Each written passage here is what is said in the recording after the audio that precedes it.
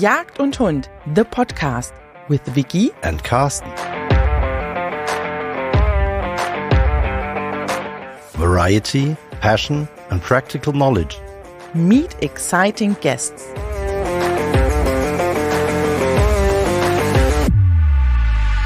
A warmly welcome to our first podcast special in English. Hello from my side as well. We are thrilled to have the European Bowhunting Federation, short EBF, as our guest. In this episode, we'll explore the rich heritage and modern advancements in bowhunting, guided by the expertise of the EBF. Whether you're an experienced bowhunter or just curious about this ancient art, this conversation with the EBF promises to be insightful and inspiring. And of course, we have also invited two guests to this special. Anders Gejer is the president of the EBF and has been hunting since childhood. He has hunted extensively across Europe, North America, New Zealand and Africa, primarily with bow. As the founding president of the European Bowhunting Federation, he is a master instructor and regional coordinator for the International Bowhunter Education Program in Europe. 3 of his 4 children are hunters, with 2 following his passion of bowhunting. Hi, a warmly welcome to you, Anders. Thank you very much. That was kind of shocking to hear that. And of course, we do have a second guest, and our second guest is Oliver Opitz. He is vice president of the German Bowhunting Association and EBF coordinator within CIC International. He leads the global product portfolio for military weather protection clothing at a company in Newark, Delaware. A hunter for 34 years with 14 years of bowhunting experience, he co-manages a big game hunting area in Tyrol and has hunted across Europe, Asia and Africa. He advocates for legal equality between rifle and bowhunting in Germany. Hi, a warmly welcome to you as well. Thank you for having me here. Yes, thank you very much. So, great guys. Let's start with our first question. How did you get into hunting, Anders? How could I not get into hunting? That's probably a proper answer. How did I get into hunting with bow and arrow? I think I built my first bow when I was 3 years old or something, and then I've been shooting bow ever since. And somewhere there when you were 11, 12, you realized, this is very possible to hunt with. Yeah. And from there it went, you know. And then the problem was really the rifles, because you had to become 18 to acquire a rifle license. So it was easier for you. So there was a possibility there. Okay, very good, very good. What about you? My outdoor life started with fishing when I was really young. Done a lot then in Norway with my father. Then my mother opened a fishing store, so I was like a best salesman at the age of 12. Wow. And then it started from there, and with 20 I did my hunting exam with my father together. So there was no hunting history in my family, Okay. but we changed it within that one generation. So meanwhile, my brother hunts, my father hunts. We're all over the place. Wherever you can go, we do a lot of trips together. So Very good. hunting is the center in everything here. That's nice. And as we always start with our 3 questions, you already answered our second question, Anders, but please do me a favor and give us another shot. How did you get into bow hunting? That was easy, as I mentioned. No, but I did start somewhere around 11, 12 to do competitive archery. Okay. And I think my first hunting trip was to Finland, actually, for mallards. And I was maybe 14. Wow. So that I have a long descendant on our history in bow hunting. Very good. Ollie, how about you? How did it start? It started in the way that CIC meeting, somebody gave me a bow and said, please do something out of it. And the lady who gave it to her, she didn't want to hunt herself with the bow, but she saw that I was quite skilled in shooting that bow when we were training. And so I got my first bow, started bow shooting, and eventually said, I don't want to go to Africa again with the rifle. It's not what I want. I'll go with the bow the next time. So I prepared myself, and by 2010 I started, and then I got into bow hunting. And since then, I think I've never had the rifle anymore outside of Germany and Austria. Really? Oh, Yeah. That's cool. So all my trips I done since are with the bow. I check for where can I go with the bow. So it's lovely. I just enjoy it so much. Okay, sounds interesting. So can you guys tell us about an unforgettable moment while bow hunting? Maybe we start with Ollie this time. I always say I have a trophy wall in my brain or in my head, and this is all of the trophies I did not get. Mm-hmm. And I have one trophy, which is an eland. We talked about eland meat before, and it was at the end of an evening. I was sitting on a termite mound, and 25 meters in front of me, an old eland bull, the one you dream about, the one, with those worn down horns, comes up, sun sinks, red color. He comes up at 25 meters. I was not able to shoot. Yeah. I was just watching him, and he walked by, and that was my trophy. Yeah.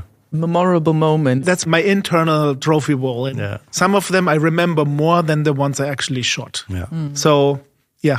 Sometimes it's always nice to watch. Yeah. So any moment you want to tell us about, Anders? That was a very, very hard question. I usually respond, my next hunt is going to be the best, the best moment. I was brought up hunting roe deers, roebucks. And if you put it another way, the question another way, what could you not, what was your last animal you want to hunt? So it was probably a roebuck. Big roebucks are incredible. Yeah. But it's also because you're brought up with them. Wow, that's so interesting. And as we do have two skilled and full of knowledge bow hunters with us, we do have questions around history and development. So how has bow hunting evolved, and what role does the European Bow Hunting Federation play in shaping its future, Anders? EBF is a really good source for information. We have a lot of knowledge in our in-house. And we also work this information in many, many ways, spread the word. We try to spread the word. We also have some contacts within FACE, since we're in FACE is basically the European hunting association. For all the hunting associations in Europe are members of FACE. We deliver information related to the use of bow and arrow as a hunting tool. Mm-hmm. Ollie, you would like to add on something?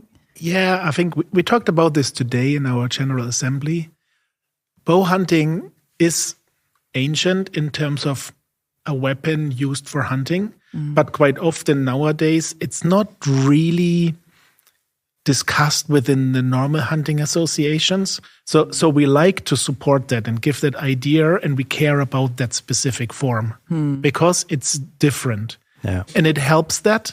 And so talking about EBF, going into FACE and going into the countries, that's what we try to do to develop that. So we support specifically countries also like Germany, so that we give scientific data so we can bring our cause forward.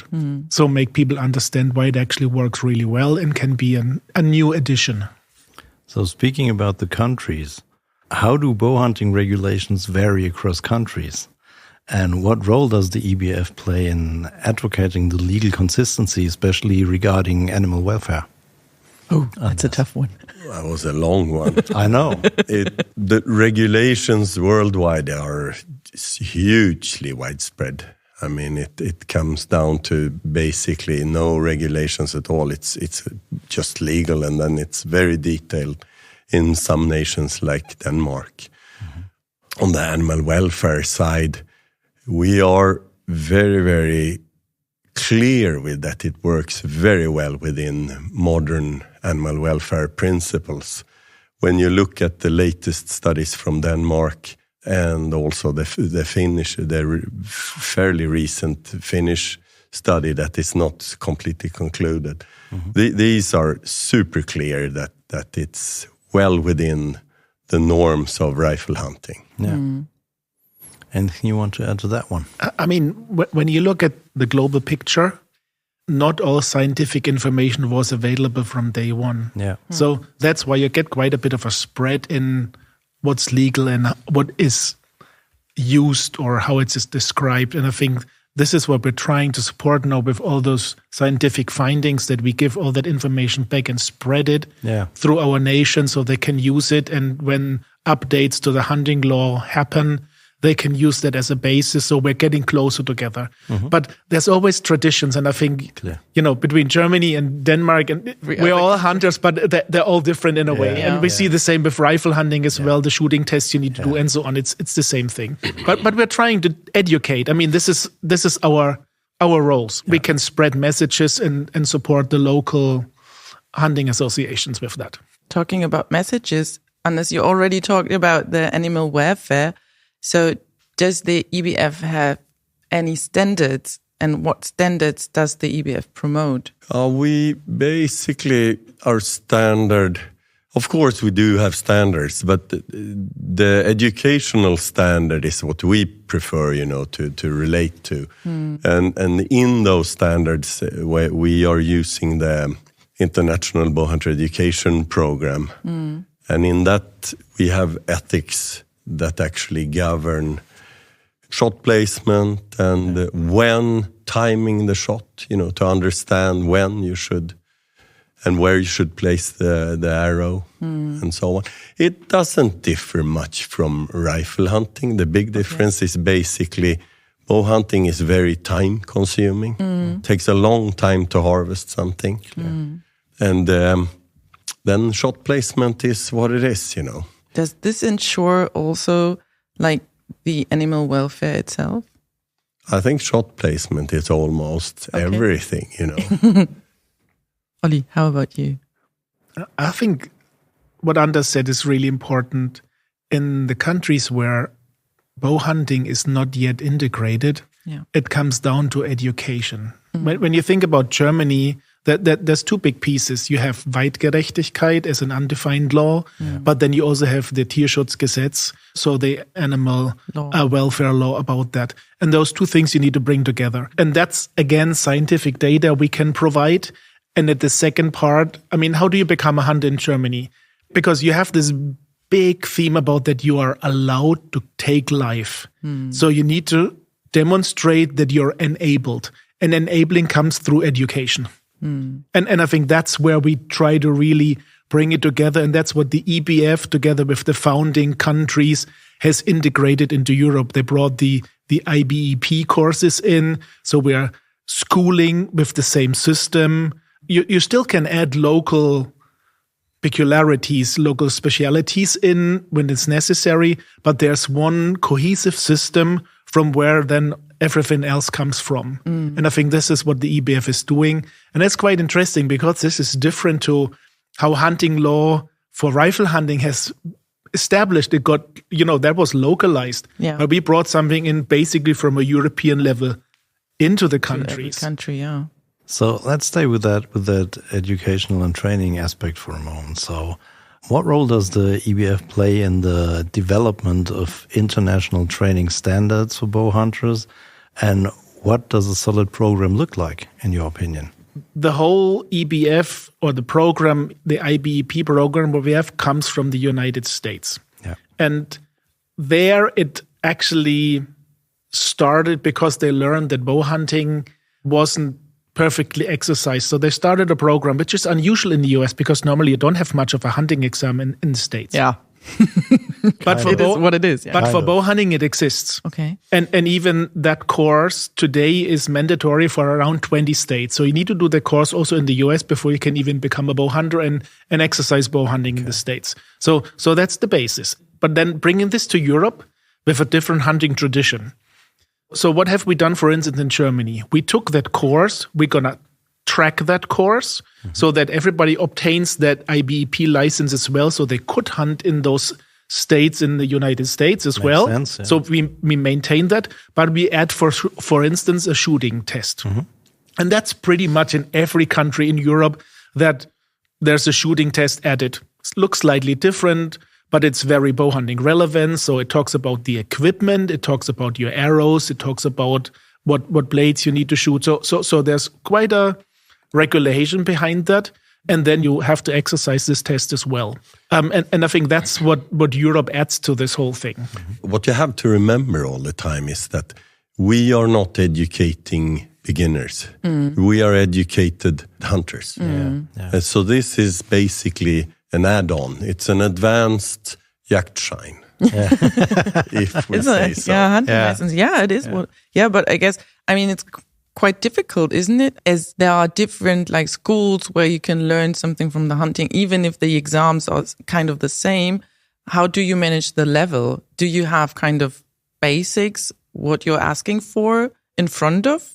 We don't start with basics. So when you apply for a course or you're going to sign up, you're going to get all your training manuals. And with that, you can self-prepare first. And then there's a course with a test at the end. And the test is a theoretical test. That's pretty straightforward normally for somebody who already hunts. But there's some specialities around bow and arrow, our equipment, because it's different. But then the real difference becomes the shooting test. Because to shoot well with bow and arrow, you need to familiarize with the equipment. So if you don't prepare yourself for a couple of months, if you haven't shot a bow and arrow before, 3 to 6 months at least, and then you need to also show that your equipment works. So we want to really see you in action. So we don't want to have just a 222. We want to be really having a proper arrow, which is really able to also be effective on a large wild boar, for instance. And you need to show that over different distances, which are relevant within bow hunting.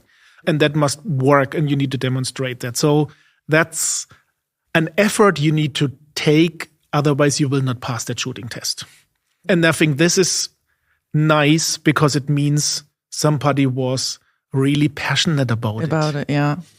Yeah, and also, if I may add to that, Ollie, we actually do also test their anatomical knowledge, because the test is usually conducted on animal targets, life-size animal targets. So it's 2 things actually we test. It's the accuracy of the person. 3 things actually and that they can actually tune a hunting bow properly. And then the 3rd thing is shot placement. Okay. It's really a picture of a wild boar or a fallow deer, a roe deer, whatever. But there's no lines. There's no straight target. Yeah. We really want to look at that. You're going to shoot within the lethal area of that animal. Yeah. And you don't see it. So you really have to understand anatomics, that you're going to put your shot placement in the right way. That's what we want to see. Like it is in hunting situation. Correct.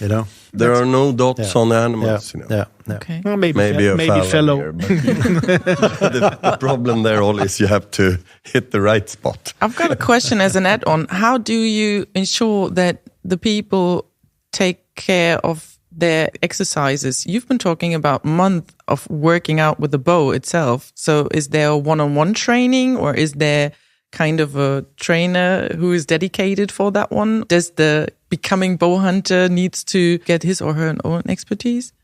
How do you ensure that? In the end, it comes down to the person that they care about their equipment and they're going to train. It's not simple, to be honest, to find a good trainer in bow hunting, specifically like in countries where it's not yet integrated. Because there's maybe a couple hundred or a few thousand, but it's not so easy to find them. So I think the clubs can provide a network, and through that network, you start to learn. But the same was for us as well. When I started in 2010, there wasn't such things as YouTube and good videos, and you could listen to that. No, you had to really start and train, and it was lots of failure and try and error. Is it lots of learning by doing, kind Yes. of? Okay. Yes. But then, meanwhile, I can point new people to experts. We have some shops now, and I say, go to that person. They will teach you. So we get there. So luckily, if we want to become bow hunters, we know you now. So that's that's a good expertise. And that's a good start. That's a good start. And now we're really trying to build up networks. We have groups in Germany now where you can sign up yourself and you can start help to teach people. So you find a mentor. cool. Yeah, and the other aspect of this is that if you own a small property, you can usually shoot behind the house, I think this is... If you have 10, 20 meters, you can go out and it's very quiet. Yeah. It doesn't disturb anyone. You get a big size target, and you can just go out and shoot. And another thing that I have seen over the years, I have my kids. I mentioned those were mentioned, and any type of shooting actually provides better accuracy with other tools. So if I shoot bow a lot, the technical side is slightly different, but the mental side is exactly the same. You have to aim, you have to keep the target in focus, and you have to execute the shot. And what took me probably 40 years to understand is that I've had military training, I had some police officers training me and all that. Do the same. Yeah. And it's going to hit. The bow is not the culprit. Practice. It's the grounding. Yes, that's usually the weak part. There's another part. I agree completely with Anders. Take my bow outside and shoot, or I'm in my hunting hut and I have a life-size target and I can practice. So no noise, no big background problems. If you have a bit of a wall behind it, you can really shoot and train yourselves.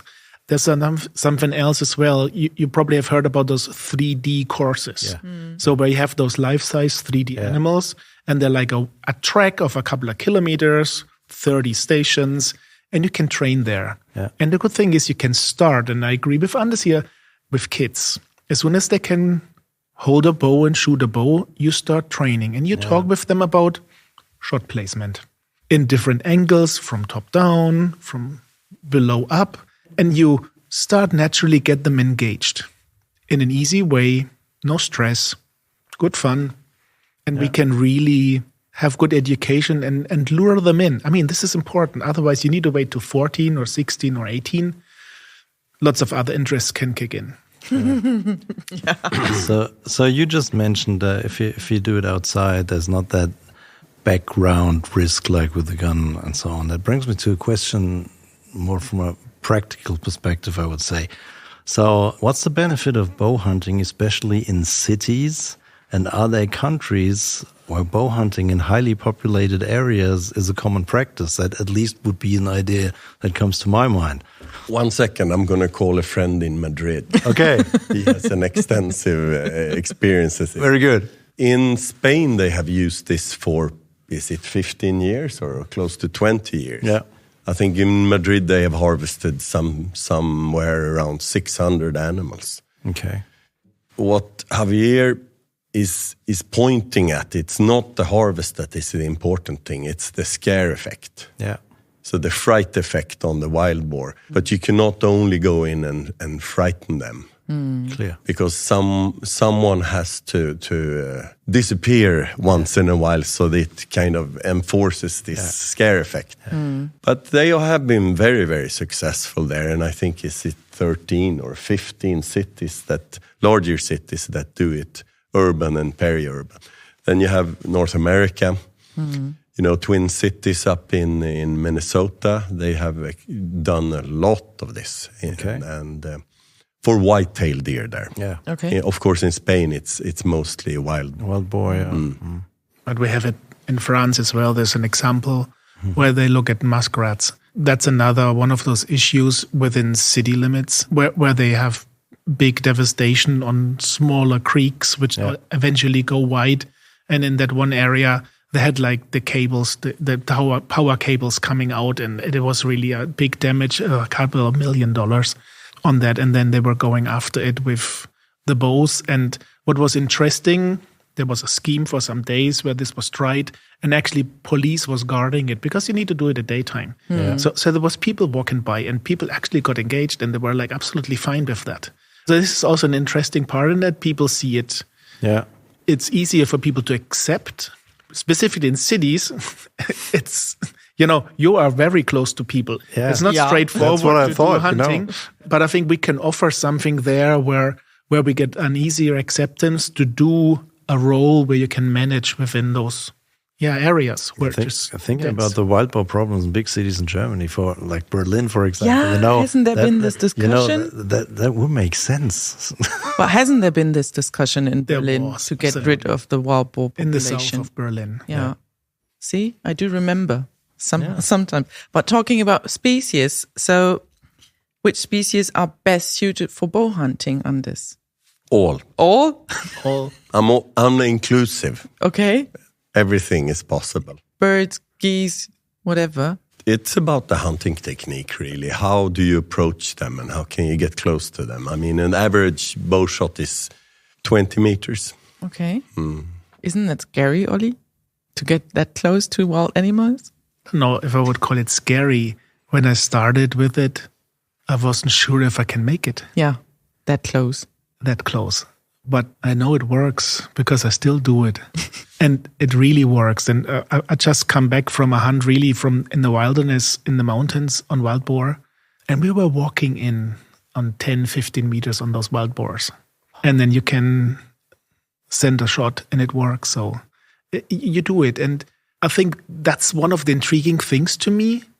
I need to think a bit more to get close and be more patient. And maybe we talk a lot about frustration tolerance as well when you do it. So it doesn't mean it always works, but it works. And you're right. And I think also that it's a lot of hunting with bow and arrow. Okay. I mean, I hunt with rifles and shotguns and dogs and traps and everything. But it is a lot of hunting, and I think I just love the hunt. That's the only way I can describe it. That holiday, I can tell that we were in Tajikistan on wild boar. And that's very mountainous. We were 6 of us. And only 2 of us in the end were successful shooting. We only met after like 1 week of hunting because it was always groups of 2. We all had smiling faces because we all hunted. Yeah, clear. We all hunted. And that's what it is about. You know, they all had chances. They probably drew the bow. It wasn't quite right. Yeah. So, okay. Is it like a relief when you shot a deer or a wild boar? Or is it like the hunt itself? I'm coming back to my eland. Okay. You know, this internal trophy ball. Yeah. Yeah. It's all right. It's all right. You know, sometimes I remember these moments more than when I actually shot That something. close to an animal, to a wild animal, I guess it's very much people did that experience. Well, you can do that with a gun on wild boar as well. So Sure. I mean, taking part in driven hunts is always an experience. I got very close to some wild boars, to be honest. Yeah. Speaking about the equipment, so how intense is it to keep your stuff up and running compared to a normal hunting gear? It's more intense. What does that mean? I think the first thing probably is your gear is pretty individual. Okay. Because your body is unique in dimensions. And your bow is built for your draw length, for your size, for everything. So not every bow is the same. It's probably the same model, but in the end it's made for you with all your dimensions you have. So that's where it starts, and you need to maintain that. And then you still need to also learn about your equipment, what arrows you choose, why you choose them, where you go hunting, and so on. So you need to keep that. Yeah. And then what you also do as a bow hunter all the time is really you train. And it doesn't mean I train 2 hours a day. You need to lift yourself up to a certain level, and then you keep a maintenance mode. And my mode, for instance, is I have a little badger, 3D animal, on the bottom of my balcony. Okay. 14 meters away. At lunchtime, 5 shots. That's enough. 5 arrows. Yeah. 5 arrows, calm myself down, shoot them. That's plenty of training because I keep my routine. Yeah. So that's a few minutes. Is it intensive? Some say yes. I have my 5 minutes at lunch. Maybe I'm in disagreement with Ollie here. I think my stuff, I set it once and I don't touch it. Okay. Unless something is going weird. But it's like my rifle, basically. Yeah. And then I have a similar situation like you do for my practicing before hunting. I have my roe deer target. I'm going to Denmark roe deer hunting, roebuck hunting. So I put up my roe deer target and I shoot 1 arrow and I leave the bow out in the garden. And then I go away, and fiddle with my internet or whatever. And then an hour later, I walk by this strange bow laying there in the garden again. So I fling an arrow and second arrow there. Yeah. Because in a hunting situation, there's only 1 shot. Yeah. First shot counts. Yeah. And it's independent of rifle or shotgun or bow. We shoot to kill. Yeah. Yeah. And as we are talking about 1 shot, is that the kind of unique challenge bow hunters have to face. How does the EBF kind of ensure that these challenges, that bow hunters overcome those challenges? I don't think I understand the question, but it's a personal thing, of course. Okay. Isn't it? That the person actually is responsible for his doings. But we discuss these things, Yeah. And then one shot, you take the opportunity when it's there. And it's your judgment, actually, that will decide when you shoot. If you're accurate at 20 meters or 30 meters, it depends on the hunter. Just like in a rifle situation, some people are 80-meter shots and some are 180-meter shots. Yeah. And of course, it depends on the situation. If we stretch this, I have my 15-meter days with the bow and I have my 25-meter days with the bow. As I have with the rifle, I have my 100-meter days and I have my 300-meter days. Mm. Yeah, but are there challenges bow hunters need to overcome those things? Like, is this the one shot, to be mental and prepared, physical prepared for that one shot? Is that the challenge of bow hunting? I think I struggle with challenge, but what I had to learn is immerse myself a bit more into the animal and understand maybe what it's going to do, and then find out what's a good shot, when it's a good shot to do it. For instance, you shouldn't shoot when the animal has the head down.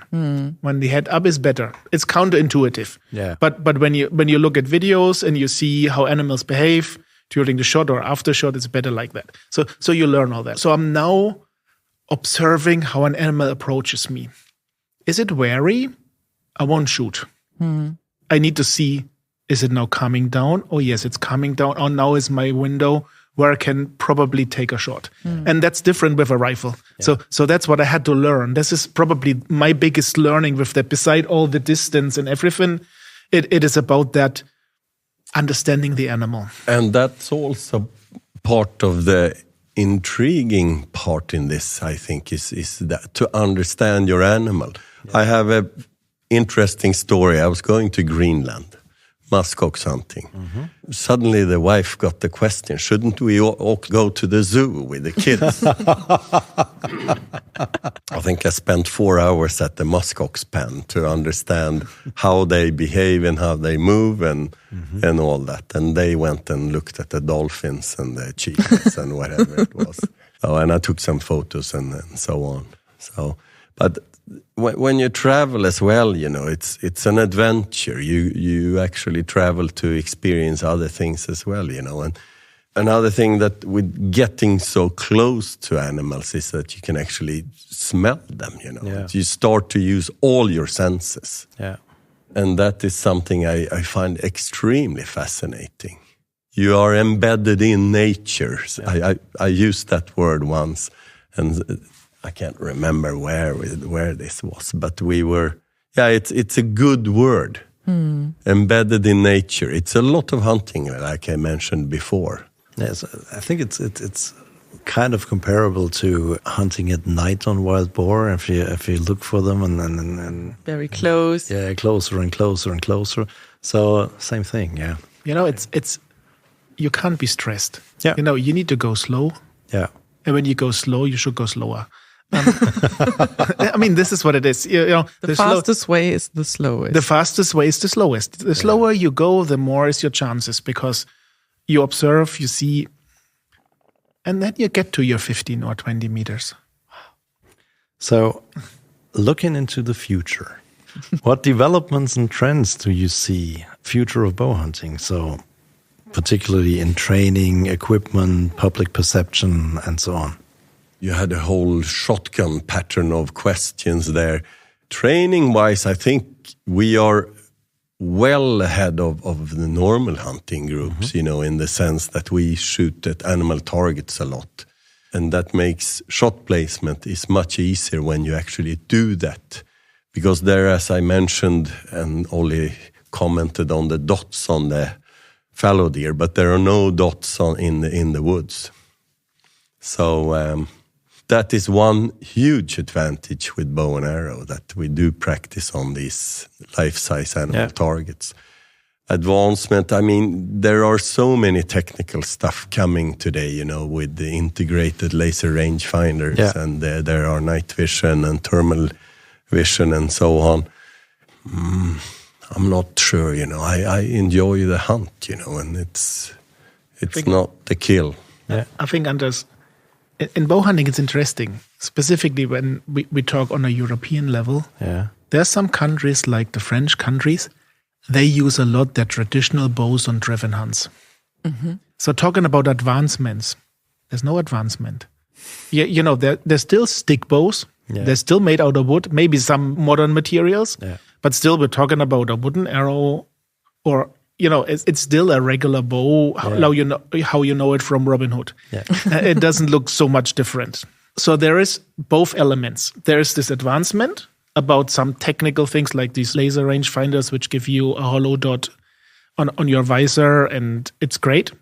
On the other side, there's still a big group who will hunt with those traditional bows, and they even cut themselves further down in distance. Yeah. If they go on those driven hunts, their distance is 10 meters. And they do this deliberately because it's about the hunt there. So actually, it's not always about going faster, further, better. Yeah. It's about preserving that and enjoying that in there. Yeah. What about the public perception of bow hunting in future? Ooh.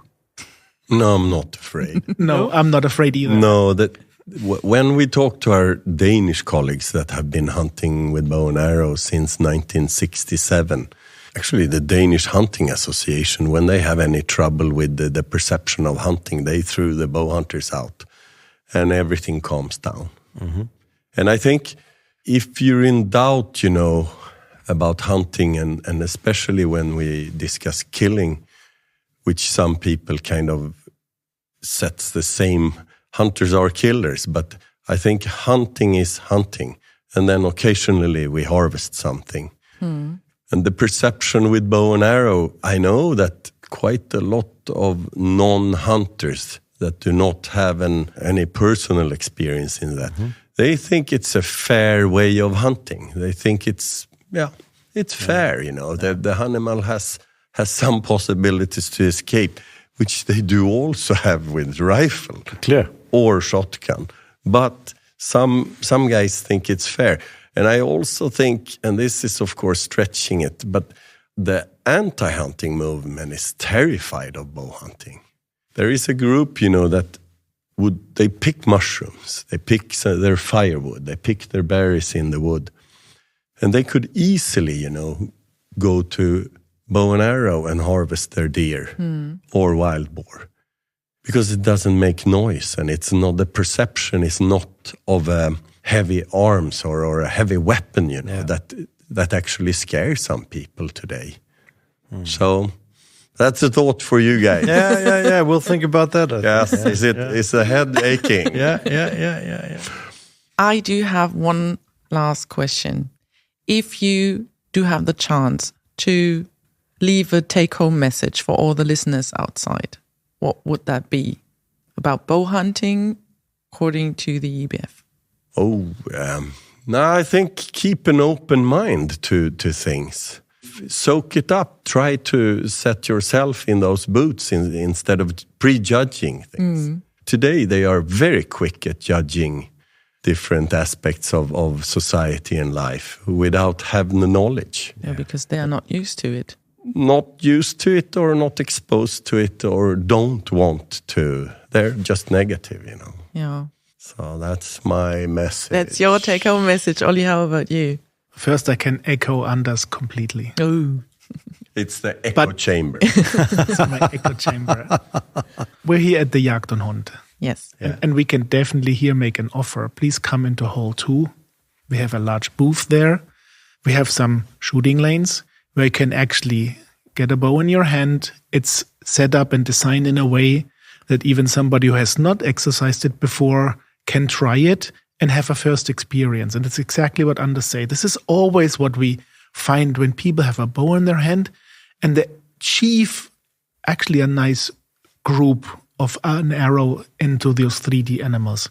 they find out that is possible, even without much training, when you get the right trainer aside you and helps you there. So if you see that, if you experience it helps a lot. And I think this is keeping that open mind. So take the opportunity, come to the show. Yeah, at any fair, right? We are in 4 fairs in Germany, yes. So whenever we are, please show up. We have a great team. People are really open to explain and answer questions. Use the already opportunity. Experienced that. So, but I think Vicky and myself, we will show up. Now, I already did. Yeah, you know that I did that last year. Yeah. We'll do. But it hasn't to be the last one. Well, then, thanks to our listeners for tuning in. We hope this was an interesting discussion on our first international episode here and brought a valuable insight into bow hunting from our side. It has truly been a pleasure, to be honest. Yes. And thank both of you for being our guests for today. I do have lots of questions, more questions, but I guess we're going to do that later on. We'll do. So thank you again, Anders and Olli, for taking part in our first special in English. Yes. Carsten. And of course, what do we say? Normally we say, weit man Zahl. Who? I think we need to think about another. Yeah, we have to translate that. Goodbye. But thanks again for listening and tuning in, and have a good day. Thank you very much for letting us be here. Pleasure. Thank you very much as well. Okay, bye. Bye. Bye. Bye-bye.